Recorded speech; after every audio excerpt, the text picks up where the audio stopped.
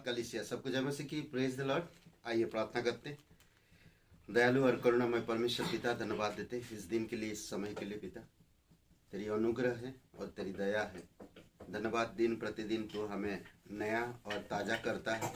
आपकी वचन के द्वारा, आपकी आत्मा के द्वारा हमें उसी मार्ग में अगुवाई कर पिता, कि तेरी भलाई में, तेरी अच्छाई में और तेरे सुसमाचार की और तेरे राज्य की उन्नति कर सके और हमारे विश्वास जीवन की उन्नति कर सके। धन्यवाद देते, तेरी स्तुति महिमा करते।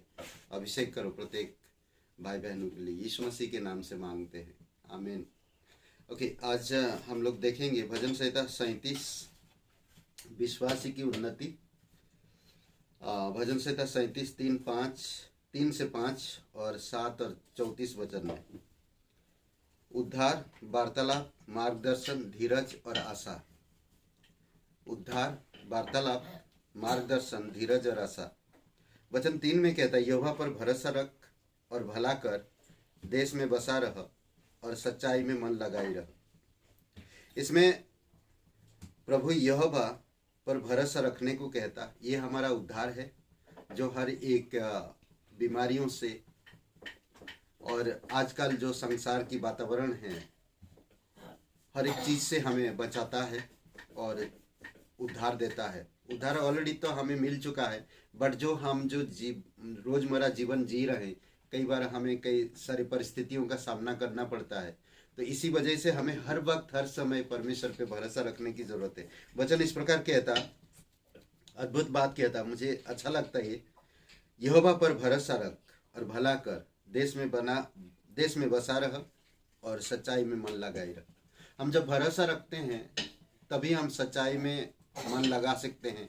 उसकी वचनों में, उसकी कलीसिया में, संगति में, उसकी शिक्षाओं में और उसकी आत्मा की अगुवाई में हमें चलने के लिए कहता। तब हमारी हर एक रोज़मर्रा जीवन में, हमारी घटी कमी में, हमारी बीमारियों में, हमारी फाइनेंस में, इन सब चीज़ों में हमें वो बचाता है। और वचन 4 में कहता है, यहोवा को अपने सुख का मूल जान और वह तेरे मनोरथों को पूरा करेगा। यहाँ पर हम एक चीज़ देखते हैं, प्रभु में प्रसन्न रहो, आनंदित रहो। ये है हमारी वार्तालाप ना। जब हम खुश होते हैं, हम लोगों से बातचीत अच्छा करते हैं, जब हमारा हृदय और हमारा मन खुशी रहता, आनंद रहता है, तो हम लोगों से साथ अच्छा से बात करते हैं।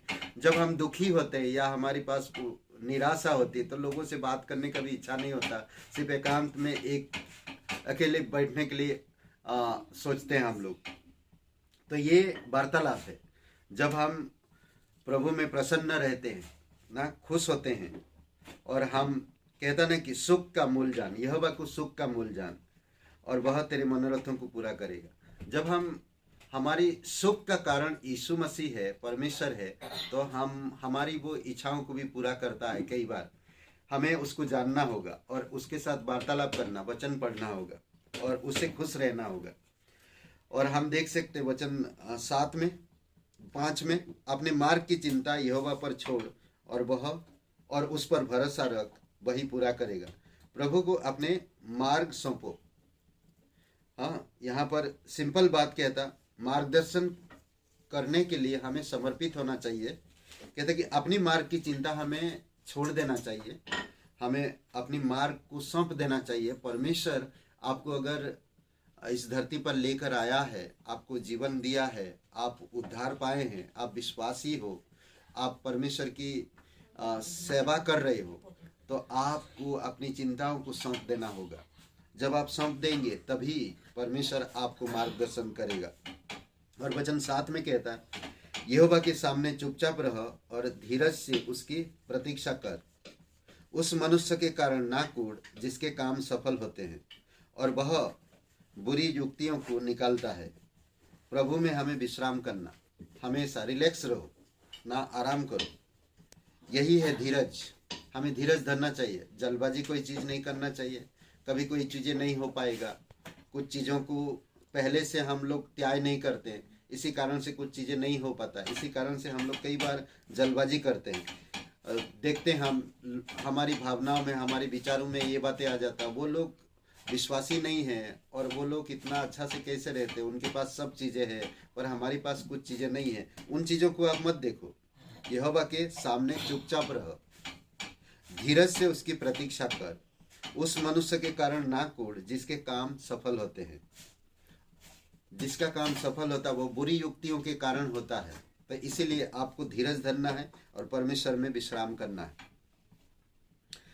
और 34 वचन में हम देख सकते हैं, यहोवा की बाट जोहता रह और उसके मार्ग पर बना रह, और वह तुझे बढ़ाकर पृथ्वी का अधिकारी कर देगा। जब दुष्ट काट डाले जाएंगे तब तू देखेगा। ये प्रभु का इंतजार करना, यानी कि हमारी आशा। हमें परमेश्वर पे हमेशा रास्ता देखना चाहिए, इंतजार करना चाहिए। आप कुछ प्रार्थना करते हैं, जल्दबाजी मत करिए, आपकी प्रार्थना सुनी जाती है।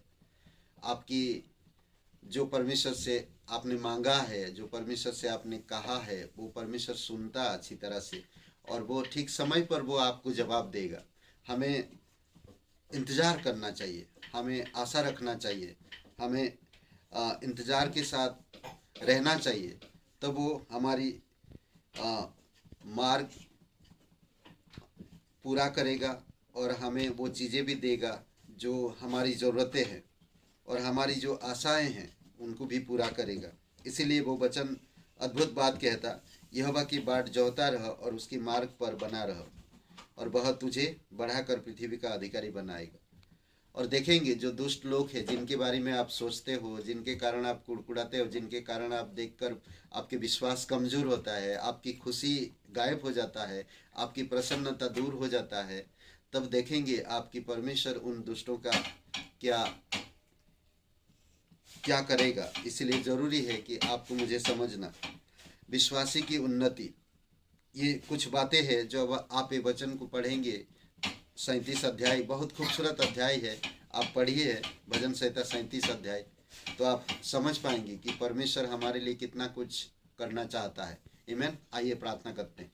जीवित पराक्रमी सर्वशक्तिमान परमेश्वर पिता प्रभु यीशु मसीह, हम धन्यवाद देते और एक शुभ अवसर आप हमें दिए इस डिवोशन के लिए धन्यवाद देते कि हम आप पर भरोसा रखें, हमारी चिंताओं को हम अपनी मार्ग को हम सौंपे आपको और हम आपका इंतज़ार करें, आप में बना रहे सच्चाई में और आनंद रहे आपके साथ और इंतज़ार करते रहे। धन्यवाद देते, तेरी स्तुति महिमा करते, प्रत्येक भाई बहन को अभिषेक करो, तेरी दया और कृपा रहे। धन्यवाद यीशु नासरी के नाम से मांगते हैं, आमीन।